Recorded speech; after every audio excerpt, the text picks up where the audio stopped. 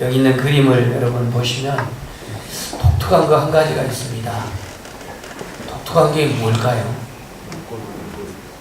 네, 문고리가 없다라는 사실입니다. 다음 그림 하나 볼까요? 네, 이 그림도 역시 마찬가지로 문고리가 없습니다. 아까 그림하고 이 그림하고 차이점이 뭘까요? 꽃이요. 꽃은 다 꽃이잖아요.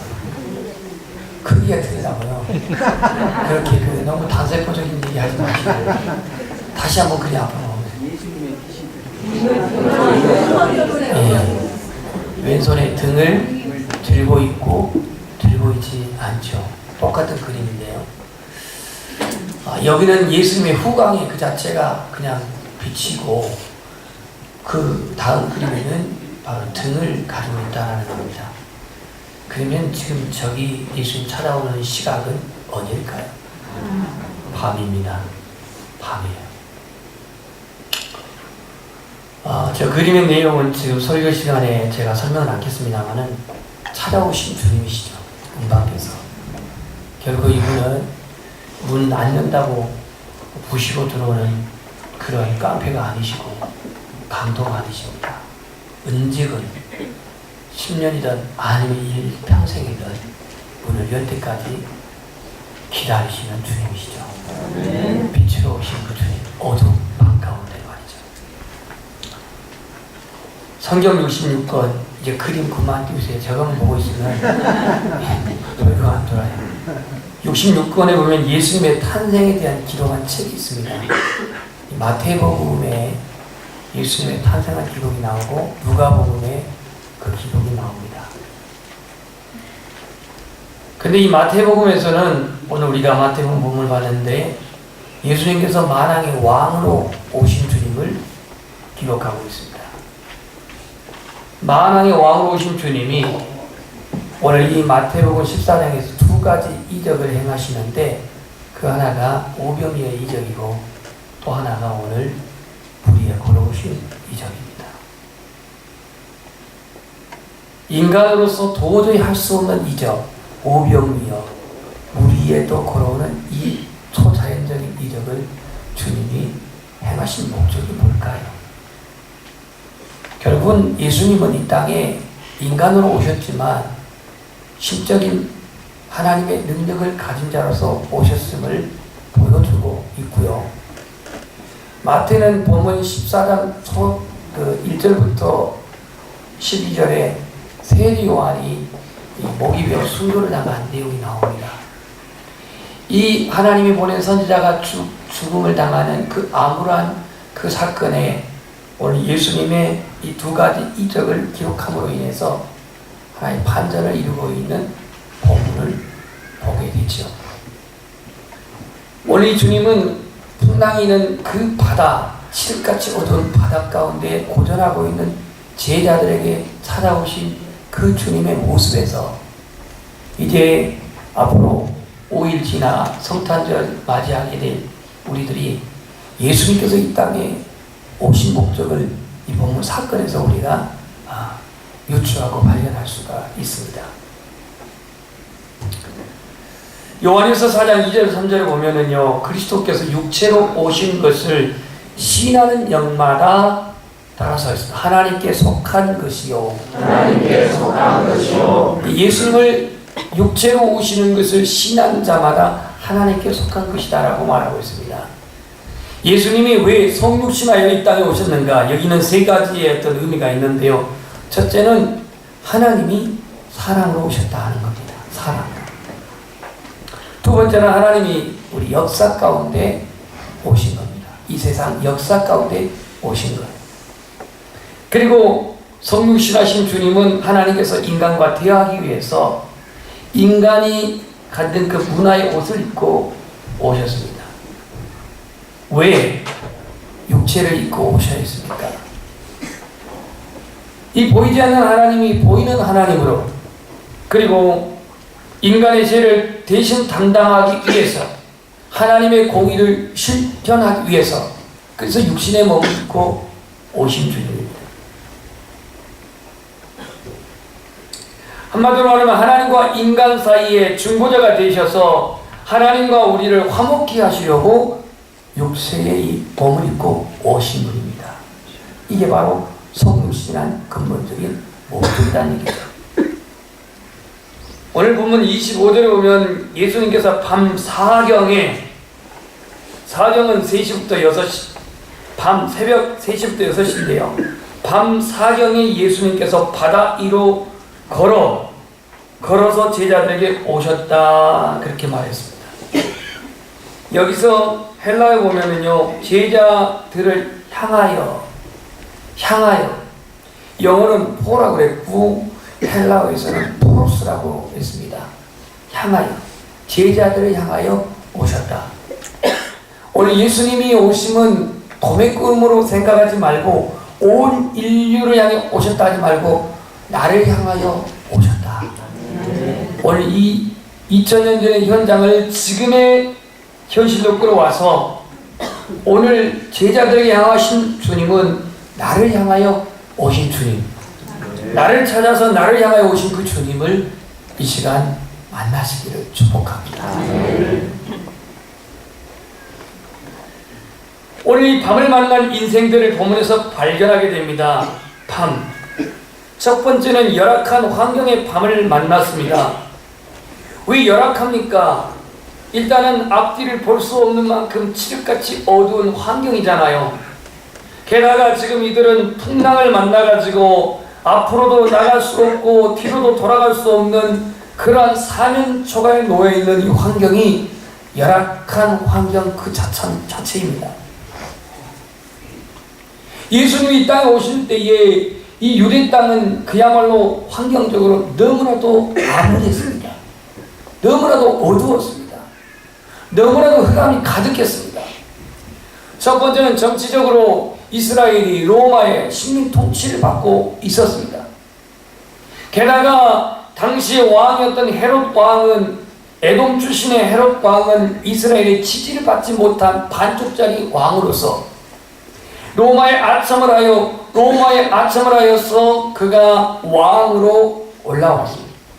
이러한 헤롯 왕은 지지 기반이 약해서 자신의 왕권을 지키는 것이 얼마나 큰 부담이었던지 왕권 수립하고 보존하는데 일종의 트라우마가 있었습니다. 유대의 임금이 새로 태어났다라고 하는 그 한마디 말에 2살 아래의 아이들을 모두 죽여버린 이런 만행을 저지릅니다. 정치적으로 암울했습니다.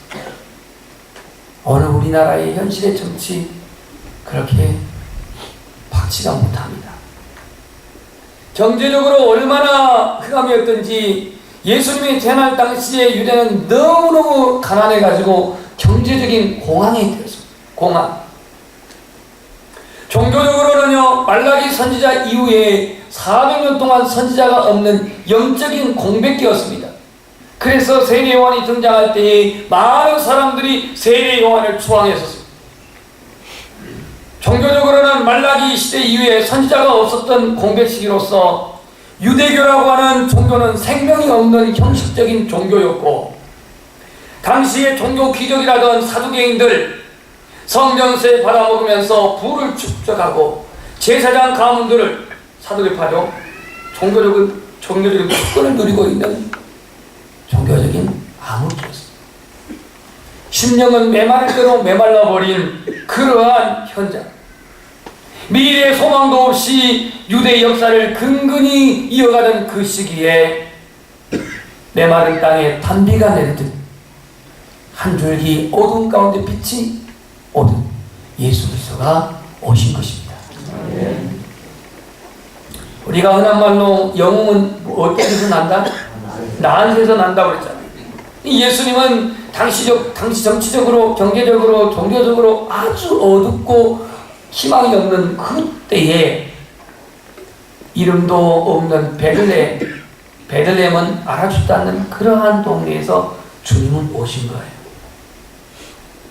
오늘 예수님이 찾아온 바로 그 환경은 제자들이 어두운 밤에 갈바하지 못하고 허둥대고 있는 그 열악한 환경에 주님이 오신 겁니다. 탐험가들의 고충입니다. 말을 묻습니다. 추위에 견디느라고 얼마나 고생이 많으셨습니까? 그렇게 묻는 질문 앞에 우리는 고통스럽게 하는 것은 추위도 추위지만 그보다도 더 고통스럽게 하는 것이 있습니다. 그게 뭡니까? 끝없이 계속되는 흑암이었습니다. 이렇게 답했습니다. 끝없이 계속되는 흑암. 이 북극은 6개월이 밤이라고 그럽니다. 6개월이. 여러분 6개월 하면 밤으로 지새우면 어떨까요? 아유, 축구 좋아하는 사람이 이거 어떡하지? 나이트 경기가 있군요. 근데 눈을 덮어있는데 거기서 어떻게 해? 예. 눈 다 치우고 하려고. 그만하지. 이 북극은 흑암이 너무너무 많다. 오늘 현대인의 고통이 뭐냐? 현대인의 괴로움이 뭐냐? 며칠 전 3일이 됐던가요? 그 전국 전교 1, 2등 5등 안에 되는 애들이 간다고 하는 서울대생이 20세 나이에 힘들고 부끄러운 20년이었다라고 하는 짧은 유서를 남기고 세상을 떠났어요. 뭐라고 썼냐? 저를 힘들게 하는 건 이 사회고 저를 부끄럽게 한 건 제 자신이라고. 오로지 수저의 색깔이 오늘 이 시대의 행불행을 그렇게 진단하고 있는 시대에 더 살아가야 한다는 힘을 잃었다고 하면서 자신은 흙수저 없을 뿐이라고 그렇게 요소를 남기고 세상을 떠났습니다. 오늘 이 시대는 얼마나 흑암의 시대인지 모릅니다. 우리 환경이 차별, 가진 자, 있는 자, 권세 있는 자, 흔히들 이들의 말은 갑질, 설교상에 이런 말을 해서 죄송합니다. 차별이 갈수록 양극화되고 있어요. 갈수록 이제 수도의 등급, 색깔을 가지고 참고적으로 금수저는 은수저도 아닙니다. 제자들이 지금 처한 상황, 이건 지금 밤입니다. 인생의 어렵고 힘든 현실을 그대로 나타내고 있습니다. 밤 자체도 어둡지만 힘들지만 거기에다가 풍랑이 일어납니다. 거친 파도가 치고 있습니다. 과거에 이 바닷가에서 잔뼈가 굵었던 제자이지만 그들의 노력도 그들의 경험도 지금 이 풍랑을, 이 물결을 헤쳐나가지 못하고 있습니다. 지금 여러분들이 처한 환경은 어떠합니까? 풍랑이는 이 바다를 여러분들 지금 항해하면서 힘껏 땀 흘려 노를 저어오지만 정해진 목표를 향해서 나아가고 있습니까? 땀 흘려 수고를 하는데 얻어진 것은 없고 올해가 작년보다 더 성숙하기를 바랬는데 더 성장하기를 바랬는데 나아진 것은 보이지 않고 아직도 제자리에서 돌아가는 팽이처럼 전진 없이 진보 없이 그 자리에서 돌고 있는 포로하고 있는 나의 모습은 아닌지 오늘 이 열악한 그 갈릴리 어두운 밤 풍랑이는 바다 물결치는 그 바다에 오늘 주님이 오셨습니다. 이 성탄을 앞두고 있는 저와 여러분에게도 이 제자들이 처한 이 열악한 그 환경 하지만 주님이 찾아오셨다는 사실을 기억하며 찾아오신 주님을 만날 수 있기를 축복합니다. 두 번째로 환경은 오늘 이 제자들의 모습에서 제자들이 주님이 찾아오셨는데 주님을 알아보지 못하고 뭐라고 말하면 유령이라고 말합니다. 유령이라. 26절에 보면 제자들이 그가 바다 위로 걸어오심을 보고 놀라 유령이라 하며 무서워하여 소리 질렀다 그랬습니다. 두 번째 우리 환경은 영적인 흑암으로 가득한 밤을 맞았습니다. 영적인 흑암. 찾아오신 주님을 주님으로 알아보지 못해. 그들을 구원하러 오신 주님을 알아보지 못하고 유령이라고 말합니다. 이미 그들은 환경에 두려움에 마음이 심령이 완전히 거기에 묶여버렸고 메어버린 가운데에 자신들의 그 눈이 어두워져 주님을 주님으로 알아보지 못합니다. 아직까지도 제자들은 신앙의 눈이 아니라 이성의 눈으로, 주님을 찾고 만나는 눈이 아니라 여전히 이성적인 눈으로서 이 밤에, 이 어두운 밤에 물결위로 올라오는 것은 사람이 아닌 분명한 이건 유령이다라고 보편 상식적인 판단을 가지고 두려워했습니다. 그렇지 않아도 지금 환경이 어두운 바다의 풍랑에 허덕이고 있는 사면초가 있는 제자들이 거기에 유령까지 나타났다 하니 설상가상이었습니다. 아직도 이성적인 지식과 경험에 근거를 둔 인본적인 신앙의 모습을 보고 있는 제자들, 아직도 그런 신앙, 예수 그리스도를 바라보고 의지하는 신앙이 정립되지 아니한 가운데에 영적인 혼란 상태에 있는 제자들, 그렇다면 오늘 이 시대는 어떠합니까? 영적인 지금의 흑암, 영적인 흑암의 시대의 혼란기를 우리는 맞이하고 있습니다. 세상 사람들은 무너진 가치관과 붕괴된 도덕, 윤리, 세상 사람들의 무너진 가치관과 붕괴된 도덕과 윤리는 말할 것 없고, 오늘 교회는 과연 어떠합니까? 영적인 지금 혼란기를 맞이하고 있습니다. 이란들은 활보하고 있습니다. 영적인 환경이 지금 밤이요 흑암이 가득한 현실인 것을 부정할 수가 없습니다. 이 시대의 교회가 빛을 비춰야 할 텐데 빛은 희미해져가고 있고, 영적인 능력을 상실해가고 있는 오늘 이 안타까운 현실. 주님은 십자가를 지고 나를 따라오라고 하지만, 이건 자기의 그 욕망을 내려놓고 주님을 따라오라고 하지만, 여전히 이 시대는 더 가지려고 하고 있고, 교회도 더 모으려고 하고 있고, 더 소유하려고 있고, 더 높아지려고 하고 있습니다. 제자들이 예수 그리스도를 유령으로 그렇게 알고 더 무서워하고 소리를 질렀다. 이 소리를 질렀다고 하는 것은 단순히 한국말로 소리를 지른 그럴 것을 헬라의 시대에 보면요, 계속 소리를 지른 거예요. 계속 무서워가지고. 오늘날 많은 그리스도인들이 자신의 구원을 확신하지 못하고 성도의 정체성을 찾지 못하는 이들이 너무 많습니다. 이 성탄절을 앞두고 우리의 신앙의 영적인 밤을 맞이한 사람이 있다면 예수 그리스도로 말미암아 광명의 빛을 얻기를 소원합니다. 아멘. 제자들은 찾아오신 주님을 주님으로 보지 못했습니다. 세 번째로는 오늘의 이 시대의 밤은요, 불확신의 밤입니다. 베드로의 질문은 뭘까요? 베드로의 질문. 베드로가 예수님께 뭐라고 질문하는지 이렇게 말합니다. 28절. 베드로가 대답하여 이르되 만일 주님이시거든. 아니 지금 주님 와가지고 두려워하지 말라 안심하라 이렇게 말했는데, 거기다가 베드로가 진짜 주님이십니까? 주님이시거든. 그래놓고 뭐라고 말하죠? 나로 물 위에 걷게 하소서 그랬습니다. 아니 저만치 안 보일 때는 희끼리끼할 때는 유령이라 치고, 지금 주님이 배 가운데 가까이 와가지고 이미 가시거리에 와서 주님이 나다 두려워하지 말라 이렇게 말하는데 주님이시거든. 이건 또 무슨 시츄에이션? 주님이 아니라면 나 여기 빠졌다가는 죽어. 그러니까 주님이라는 것은 여기서 확인 사살하고 내려가도 내려가야 돼. 주님이시거든 이렇게 말합니다.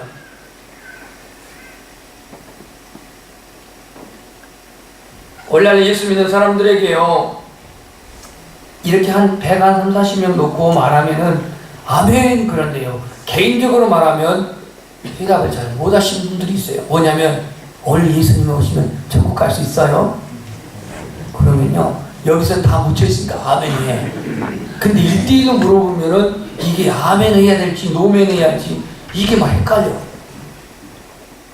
아니야날까 어제 세례교육 하면서 우리 중고등부 14명, 입교자 8명, 그 다음에 세례자 6명 이 교육을 하고, 마지막 4주 동안 교육한 거 평가를 내리고, 그 다음에 여러분들에게 진지하게 내가 질문을 하겠습니다. 빨리 가기 위해서 대충 대답하지 말고 여기서 빨리 가고 안 가는 중요한 게 아니고 여러분들이 하나님의 자녀된 것, 예수 믿고 자녀된 것, 구원받는 것이 확신되는 사람은 O, 아닌 사람은 X. O 하는 사람은 시험지를 나도 가고 X 하는 사람은 나하고 면담하라. 빨리 가기 위해서 O 하면 안 돼요. 그다음 지옥 가면 안 되니까 두 명이 X가 되죠. 얘기를 나눴습니다. 넌 어째서 구원 확신 못하느냐? 아직 체험을 못해서. 이렇게 말해요. 아직 체험을 못해서. 너 말 잘했어. 나도 고등학교 1학년 때 세례를 받았는데 구원에 체험 못하고 세례를 받았어. 그러니 무지하게 나도 고민을 했다. 그런데 내가 오늘 체험적인 얘기를 얘기할게. 그리고 이 친구하고 또 얘기를 하고. 또 하나는 내가 1, 2학년 때 너무 사고를 많이 쳐서 그래서 체험을 하겠다. 이 두 학생을 놓고 다시 복음을 전해놓고 그리고 기도하고 이제 보냈습니다. 여러분들 오늘 이 시대에 이 확신 너무나도 확신이 없어. 믿음의 확신이 없어. 베드로도 오늘 주님이시거든 이렇게 묻고는 오라고 하니까 일단 내렸습니다. 물 위에 걸었어요. 그것도 잠시뿐. 30절 보니까 바람을 보고 무서워 빠져가는지라 그랬습니다. 뭘 보고 무서워했다고요? 바람을 보고 무서워했다고요.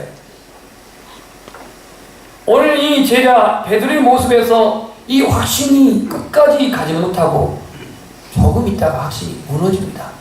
바람 때문에, 환경 때문에. 예수 믿는 여러분들도요, 세상 바람 부목이 되면 이 확신이 속절없이 무너진 사람들이 많아요. 어제는 구원받은 것 같은데 오늘 해신 모임에 술 한잔 해서 그래가지고 내 구원이 온데가 되어서 사라져버렸어. 구원이 이렇게 가치 없는 겁니까? 술 한잔 했다고 그냥 구원이 없어져 버립니까? 그런 구원은 아니다 말이죠. 나의 영적인 현주소를 한번 보십시오. 여러분들이 만약에 빠졌다면 주님의 손을 다시 잡으면 됩니다. 붙들면 됩니다. 오늘 이 제자 베드로도 물에 빠졌을 때에 주여 나를 구원하소서 소리 지르며 주님 앞에 손을 내밀어서 주님의 손을 잡습니다.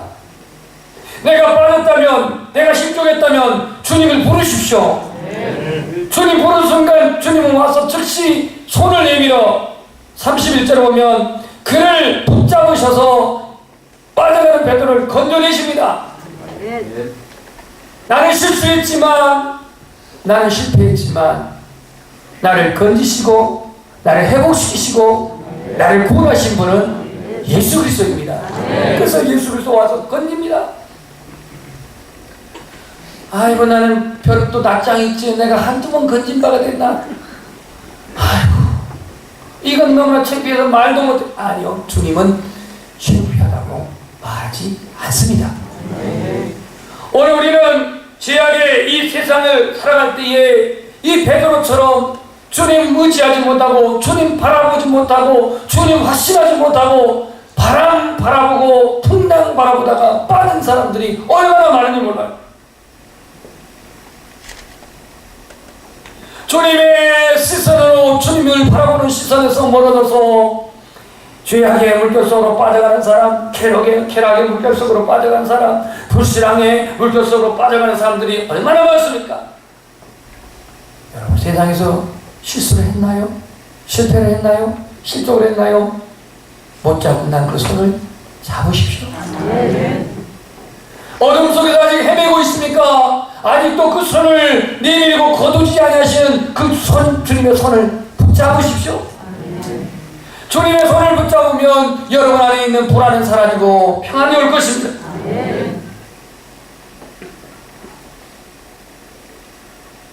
오늘 빠져가는 베드로를 주님이 건지셨습니다. 밤을 맞는 인생들에게, 풍랑을 맞는 인생들에게 주님은 육체를 입고 오셨습니다. 그리고는 이렇게 말합니다. 우리 한번 고백합시다. 안심하라. 안심하라.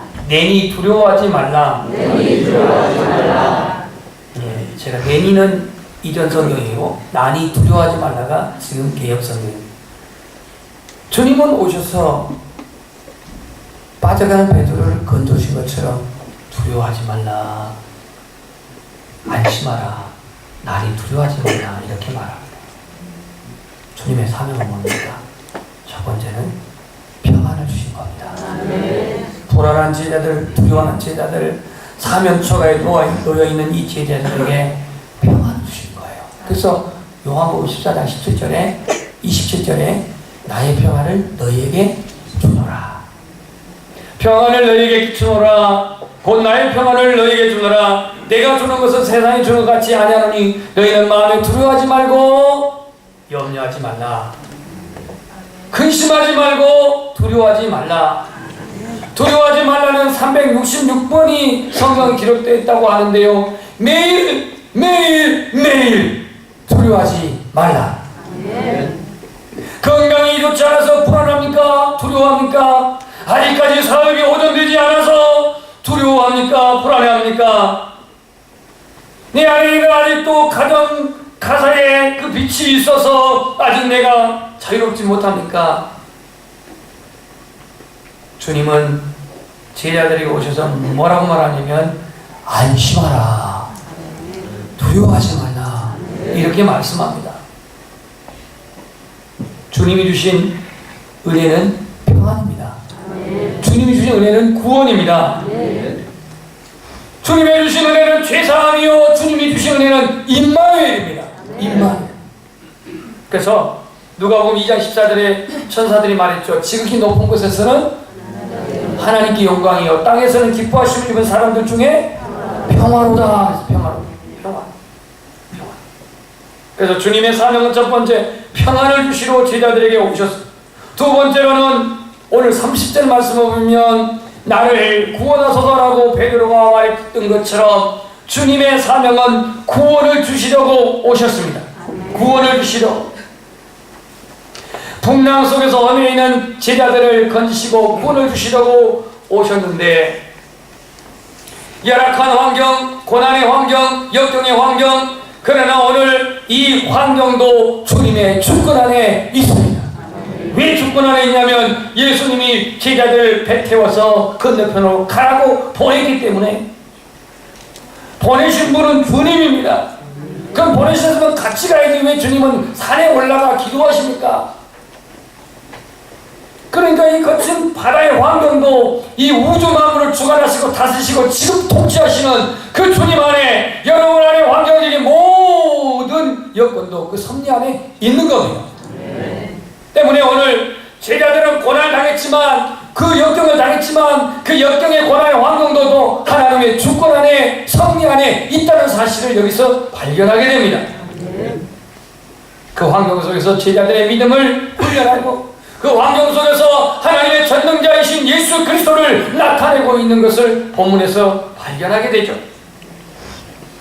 나를 곤란에 빠뜨리신 분이 하나님이라고 그렇게 너무 원망하지 마십시오. 그 환경 가운데 임재하신 주님은 구원의 주님이셨습니다. 예수님을 하나님의 아들로 고백하지 않습니까? 제자들이 오늘 33절 읽겠습니다. 시작.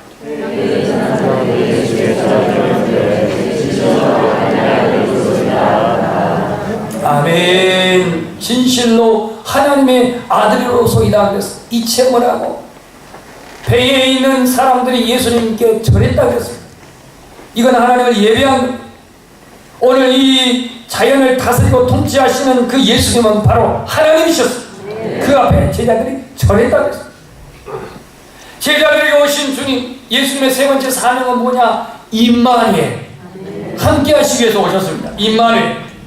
배 안에 이제는 함께 하셨더니 바람도 온데간데 없이 다 사라지고 잔잔하게 되었다고 32절에 말씀하고 있습니다. 이 하나님은 저와 여러분에게 임마누엘 하십니다. 아멘. 여러분의 생각도 아시는 주님이십니다. 아멘. 지난 수요일 날 여러 가지 피곤 속에서 이제는 체력이 조금 고갈이 돼가지고 배에 탈이 났는데요. 작년같이 막 너무 막 통증이 있어가지고 오후 내내 그냥 이 움켜진 배를 안고 그 사역을 할 수가 없었습니다. 오전에 선거 공부 끝내고 그래서 수요 예배를 제가 집사람한테 맡기고 저 뒤에 앉아서 이제 예배를 드리고 그래도 교육관에 기도가 해야겠다 가서 이제 기도를 했습니다. 기도를 하고는요 속으로 아유 오늘 점심 이후로 아무것도 안 먹었는데 배가 출출한데 죽이나 먹었으면 좋겠다 속으로 생각했거든요. 근데 하나님 그 생각을 어떻게 알고 죽을 보내주셨어요.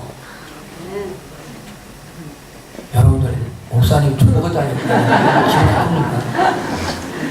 저는 엘리야가 아니기 때문에 까마귀 갖다 주진 않았지만 어떤 특정한 분이 갖다 주셨어요. 그것도 낙지죽이에요. 먹으시죠. 생각만 했는데 이게 주님이 갖고 온 거예요. 그 내가 그 낙지죽을 갖고 오신 분도 감사하지만 주님이 제 생각까지도 그렇게 통치하고 감찰하시면 너무 감사했어요. 그래서 제가 감사한급 썼어요. 감사한급 썼다니까요. 아이고 뭐 죽 한 그릇 먹고 그래. 죽 한 그릇 먹는 게 여러분요 생각만 하고 있는데 죽을 딱 보내자고 먹었단 말이죠. 이 죽은요 천지창조에 가장 맛있는 죽이에요. 오늘 예수님은요 제자들과 함께 하시려고 찾아오셨어요. 오늘 예수님은 열악한 환경의 밤, 영적인 흑암이 가득한 밤, 불신으로 혼란한 그 밤, 주님은 찾아오셔서 제자들에게 평안을 주십니다. 구원을 주십니다. 임마누엘 동행하십니다. 그 예수 그리스도 우리에게 찾아오신 그 예수님을 결코 외면하지 마시고 만나는 귀한 성탄이 되시기를 축복합니다.